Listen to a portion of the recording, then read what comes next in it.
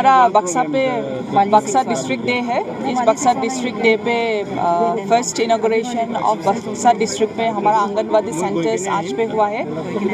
In different parts of Assam दूसरा district में पहले हो चुका है। आज बक्सा का ये उद्घाटन हुआ है। Another 24 numbers are still there. तो यही है फॉर आंगनवाड़ी सेंटर्स, जैसे नया करके दिया है अभी का गवर्नमेंट ने कि ये 25 लाख पे बच्चा लोग को आंगनवाड़ी सेंटर एक मॉडल सेंटर जैसे करके ऑल ओवर असम दिया है।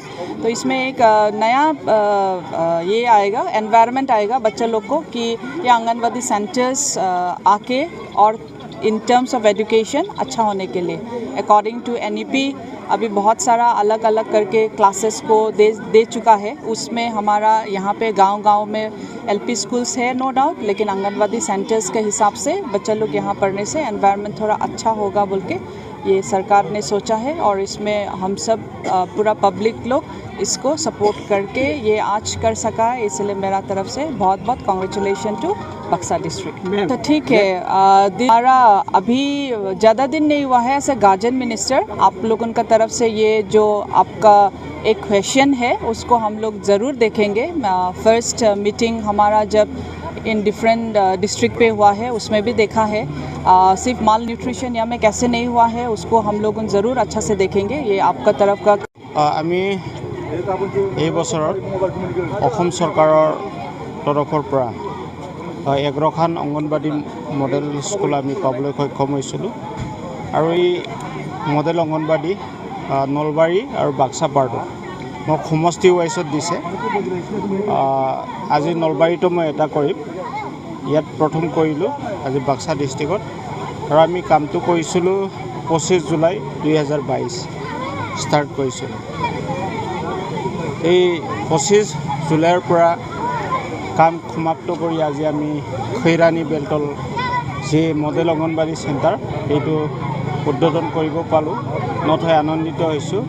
কাৰণ ইয়াতে আমাৰ গাৰ্জেন মিনিষ্টাৰ নন্দিতা গাৰ্লছা আহিছে আৰু নন্দিতা গাৰ্লছা মেডামৰ হাতেৰে আমি এই অংগনবাড়ীটো উদ্বোধন কৰিব পাই নথৈ আনন্দিত হৈছোঁ। আৰু আশা কৰিছোঁ এই মডেল অংগনবাড়ী চেণ্টাৰে যিখিনি সৰু সৰু ল'ৰা ছোৱালী প্ৰাথমিক শিক্ষাখিনি লয় তাক বহুতো মানে এই কৰিব কি লাভ কৰিব, লাভজনক কৰি তুলিব আৰু শিক্ষাৰ ক্ষেত্ৰত এক সুন্দৰ পৰিৱেশ গঢ়ি তুলিব। আৰু আমি অসমৰ মুখ্যমন্ত্ৰী ডাঙৰীয়াক ধন্যবাদ জনাব লাগিব যে তেখেতে এতিয়া শিক্ষা খণ্ডত বহুতো গুৰুত্ব আৰোপ কৰা আমি দেখিবলৈ পাইছোঁ। আৰু আমি সুখী তেখেতৰ নিচিনা মুখ্যমন্ত্ৰী এজন থকাত শিক্ষা খণ্ডটো ইমান উন্নত কৰাৰ বাবে তেখেতে প্ৰয়াস কৰিছে, তাৰ বাবে তেখেতক আমি ধন্যবাদ জনাইছোঁ। যি সমস্যাবিলাকত ভুগি আছে এতিয়া এই সমস্যাবিলাক আলোচনাৰ মাধ্যমেৰে যাব লাগিব। সমস্যাটো বহুতো আছে, আপুনি যিটো প্ৰশ্ন কৰিছে তাৰ সঠিক উত্তৰ মই এতিয়া দিব নোৱাৰিম, কিন্তু তাত বিবেচনা কৰাৰ এটা প্ৰয়োজন আছে। কিবা ডিপাৰ্টমেণ্টেলি কিবা লেক আছে নেকি? যিটো পুষ্টি সংখ্যাটো দিনক দিনে বাঢ়ি আছে, বাচ্চাবিলাক বেছি হৈ আছে, কিবা ডিপাৰ্টমেণ্টেল কিবা লেক আছে নেকি? আৰু তেনেকুৱাটো দেখিবলৈ পোৱা নাই। যিখিনি বাক্সা ডিষ্ট্ৰিক্ট আপুনি পৰীক্ষাত উত্তীৰ্ণ হোৱাৰ কথাটো আপোনালোকে সুধিছে, এয়া একচুৱেলি নিজৰ ওপৰতো নিৰ্ভৰ কৰে। যি ষ্টুডেণ্টছবিলাক আজি আমি বাক্সা ডিষ্ট্ৰিক্ট হিচাপত ধন্যবাদ জনাব লাগিব আমাৰ নিকাচিত বিজিত পাঠকে অসমৰ ভিতৰতে শ্ৰেষ্ঠ হৈ কেনে APSC উত্তীৰ্ণ হ'ব পাৰিছে। এই তেখেতৰ সাফল্যত আমি বাক্সাবাসী নথৈ আনন্দিত, আমি গৌৰৱান্বিত। তেনেকুৱা ভৱিষ্যতেও ভাল ষ্টুডেণ্টছ ওলাই কেনে আমাৰ অসমৰ যি শিক্ষাৰ পৰিৱেশ আৰু শিক্ষাৰ পৰিৱেশৰ লগতে APSC বা UPSC এই পৰীক্ষাবিলাকত অৱতীৰ্ণ হৈ তেখেতসকলে যাতে সাফল্য কঢ়িয়াই আনিব পাৰে তাক আমি আশা কৰিছোঁ। আৰু যিখিনি উঠি অহা ষ্টুডেণ্টছবোৰ আছে তেখেতসকলক শিক্ষা খণ্ডত মই গুৰুত্ব আৰোপ কৰিবলৈ আহ্বান কৰিছোঁ।